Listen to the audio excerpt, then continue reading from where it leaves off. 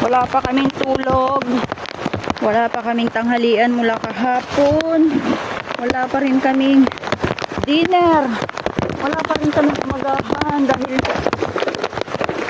hindi mo talaga maharap ang kumain sa ganitong sitwasyon. Sobra. Sobra pa sa sobra.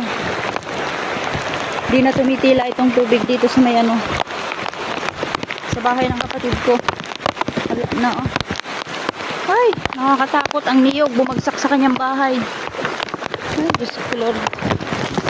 Aking kapatid naman, nabungkal ang kanyang nabungkal yung kanyang bubong.